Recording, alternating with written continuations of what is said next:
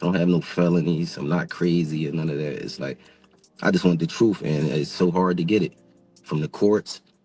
And seems like Jay-Z don't want to say anything. So, I don't want to see him go down for something that you could have just got taken care of. That's it. According to him, this is about intimidation, manipulation, and a web of silence spun by two of the most powerful men in music. After years of chasing a paternity test from Jay-Z, the man he believes is his father. Rymir claims he was met with something entirely different: threats from Diddy's entourage, pressure to back off, and a legal system he says was stacked against him from the start.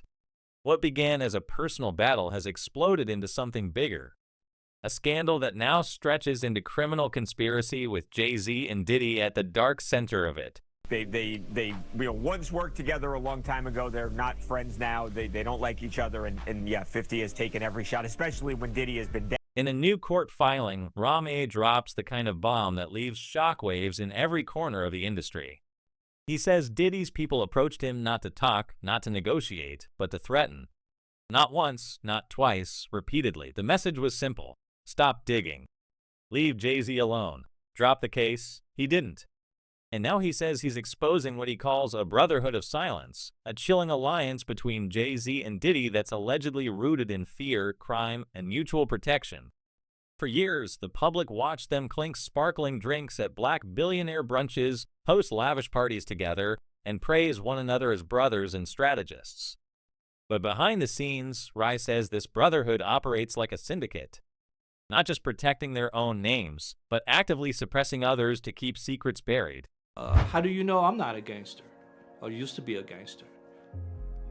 I've been in the music industry for 30 years. Yeah, I mean, the industry's filled with gangsters. So, what secrets are we really talking about here? Let's start with what Rymir claims is happening right now. Jay-Z, he says, isn't just sitting back while Diddy sinks into legal quicksand. He's allegedly stepping in to clean it up. Rymir sources say Jay-Z is quietly pulling strings, funding Diddy's legal teams, bribing witnesses who might speak out, and even dispatching legal firepower to silence the most determined critics, all while keeping his own hands clean in public. That's not friendship, that's strategy. And according to Rymir, it's all part of a coordinated effort to cover up a tangled history of crime, one that dates back decades. Now, let's rewind. Jay-Z has long dodged the paternity issue with calculated precision. When Rymir's mother, Wanda, tried to force a paternity test in 2010, the case got bounced between states, dismissed on technicalities, and delayed with tactics that Rymir says were deliberately deceptive. At one point, Jay-Z's attorney flat out told the court that he didn't own property in New Jersey, a statement she later admitted was false. According to Rye's latest filings, this wasn't a mistake, it was fraud, and the courts, he says, let it happen. Now, more than 10 years later, those same lawyers are being accused of obstruction, deception, and systematically denying due process in a case that was never just about fatherhood. It was about keeping someone very young and very vulnerable quiet. Never got anything.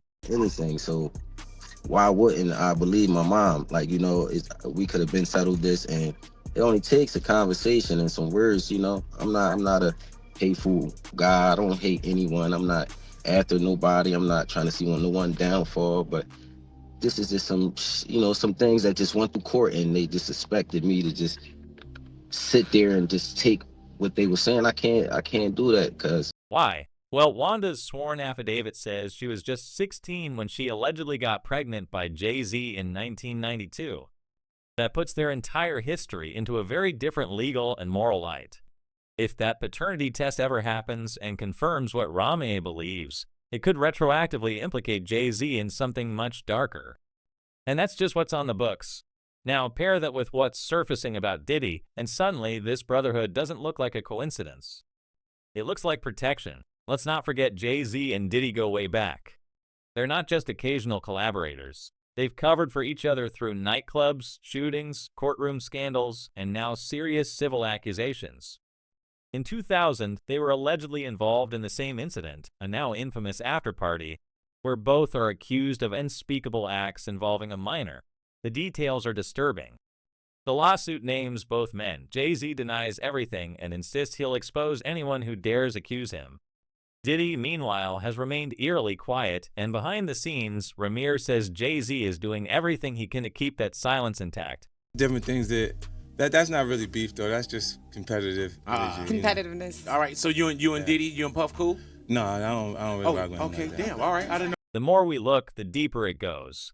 From the 1999 nightclub shooting that nearly took down Diddy's empire to the suspicious hush around Jay-Z's alleged altercation with producer Lance Rivera, it's clear these men have been maneuvering through controversy together for decades. Publicly, they're kings. Privately, Rymir paints them as kingpins, guarding not just their legacies, but their secrets.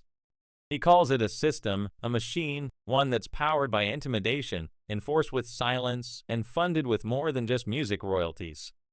And Diddy, he says, isn't even the mastermind. He's just the mask. But after that major documentary comes out on Diddy, then you're going to start to hear more and more about Jay-Z and his nefarious past. So here's what Rye is doing. He's forcing the illusion to crack. He's not just suing Jay-Z, he's dragging the entire system into the light. Judges, attorneys, executives, everyone who helped build the wall of silence around this case. And according to him, the pushback has been relentless. Sealed records, mysterious sanctions, threats behind closed doors. He says even the courts have tried to bury his voice. But he's not going anywhere because to him, this isn't just personal anymore. This is about exposing what he calls an empire built on lies. It's not just about me. If I gotta fight for all of us, I will, but I won't let the court systems just walk over me. I won't let Jay-Z, I won't let no one just walk over me and tell me something because y'all just saying this. I want the truth. And if we can't go to the Supreme Courts, the regular courts, to find out the truth, what are they here for? Yeah, all right, we'll get to the legal things that you've been through, the battles. So now you go to fact-finding, right? And if that's true, if even half of it is true, then what we're looking at isn't just a lawsuit. It's a crack in the foundation, a glimpse into how power really works in the highest circles of fame, where billionaires don't just call lawyers, they allegedly call fixers. Where public apologies are written by teams and private sins are erased with settlements. Where brotherhood isn't about loyalty, it's about survival. And the most chilling part, according to Rymir, this isn't even the whole story. Because Diddy, he says, is just the beginning.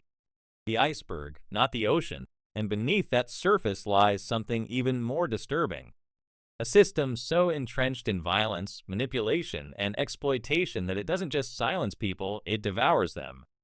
Go back to that 50C post poll, and I'm going to tell you why 50 is literally is a diabolical genius.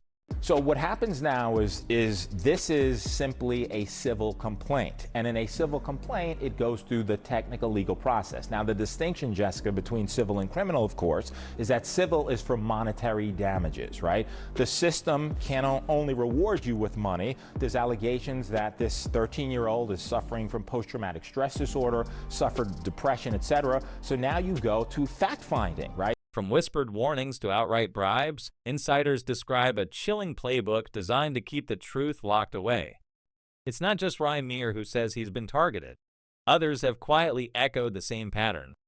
Sudden phone calls from blocked numbers, offers of cash under the table, veiled threats phrased as friendly advice, and then just like that, silence. Court filings disappear, witnesses back out, careers stall. It's the kind of pressure that doesn't leave bruises, but crushes resistance all the same. According to one former assistant who once worked on the periphery of Roc Nation's legal machine, they don't have to tell you what happens if you don't play along. You just know, and that's what makes this bigger than just one paternity dispute. If the goal was to protect reputations, they could have settled in private, but if the real goal was to protect a network, a closed loop of power that spans from boardrooms to back rooms, then the links start to make sense. According to multiple sources familiar with the cases circling both mogul, there's a pattern of coercion, quiet payouts, and layered NDAs, a protection ring not built by bodyguards, but lawyers, managers, and people who owe favors. Back to that 50 Cent post, and I'm gonna tell you why 50 is literally a diabolical genius. It all starts to take shape when we revisit the infamous white parties. Those glimmering all-white affairs that Diddy made legendary in the early 2000s. At first glance, they looked like Gatsby with a hip-hop twist, white linen suits, walls of paparazzi outside the gates. But according to guests who've since come forward anonymously, the real party didn't start until the cameras left. One former model who attended several told Page Six that once the lights dropped and the guests thinned out, there were no rules, and more than once she said there were people who looked far too young. Teenagers dressed like they were in their 20s, nervous like they didn't know where they were. These were the parties where stars were made, careers were broken, and silence was expected. Behind those high Hamptons hedges and million-dollar smiles, there are stories of manipulation of substances passed without questions and of footage recorded without consent. The FBI has reportedly taken interest in the guest list. But to date, no indictments have been handed down involving the parties themselves.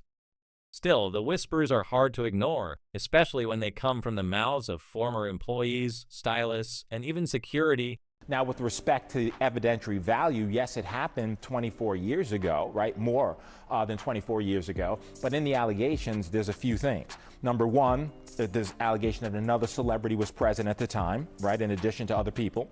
Number two, there's the claim by the victim, right, that she left, that she went and she was seen by a... It's why Rymir's claims have struck such a nerve.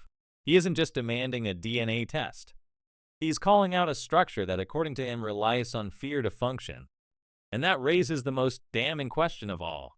If this brotherhood really exists, how many people has it already silenced?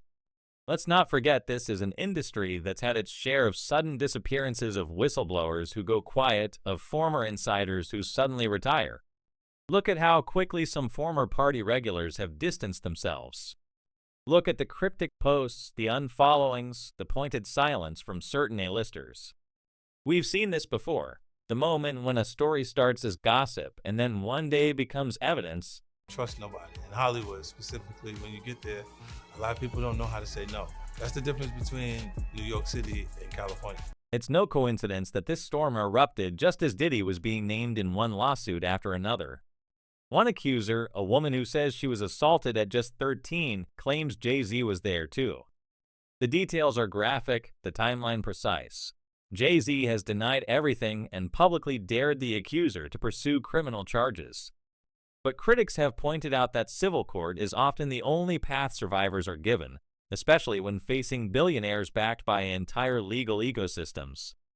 These alleged victims would deserve real justice if that were the case, Jay-Z said. But what if they can't get to that justice? What if the entire path is blocked before it begins?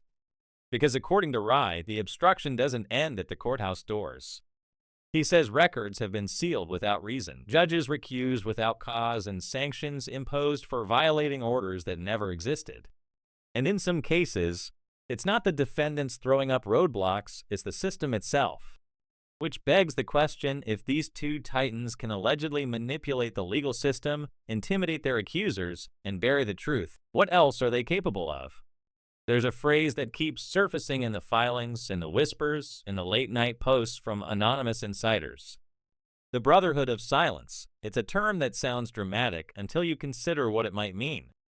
A pact among powerful men, a shared understanding that image is everything, that truth is dangerous, and that loyalty comes above all else. Rymir says it's real, and he says it's still active because even now as the lawsuits mount, the silence remains deafening. This morning, rap mogul Jay-Z is denying allegations he sexually assaulted a 13-year-old girl alongside rapper Sean Diddy Combs. That civil lawsuit filed against Combs in October was amended Sunday to include Jay-Z. The accuser, identified only as Jane Doe, says she was sexually assaulted by both. And then there's the wider picture, a music industry that still rewards gatekeepers, an elite circle where deals are done at penthouses and parties where speaking out isn't brave, it's dangerous. We've seen what happens to those who talk too much. Their songs get shelled. Their tours collapse. Their phones stop ringing. And for those who threaten to take down the wrong man, sometimes they don't just vanish from the charts, they vanish from the narrative entirely. This isn't just about whether Jay-Z fathered a son. It's about whether two of the most influential figures in modern music built their empires on fear and silence. And if they did, then the next wave of revelations won't just shake the charts, it could collapse an entire institution. Was Aaliyah's tragic end the pivot point that cemented a silent pact between Jay-Z and Diddy? It's a question that haunts the edges of this entire saga. Not just because of her talent or influence, but because of the vacuum her absence created. Aaliyah was more than a rising star. She was a force. The kind of artist who shifted the temperature of an entire genre without even trying. And she had personal ties to both men, romantically linked to Jay-Z at one point, deeply connected to Damon Dash, and allegedly wary of the very circles they were rising through. Her passing wasn't just a heartbreak, it was a reshuffling of power. The question we're left with is whether it was simply fate or something more calculated. A few in the know figures have whispered that her demise marked the moment the industry's most powerful realized what total control really looked like.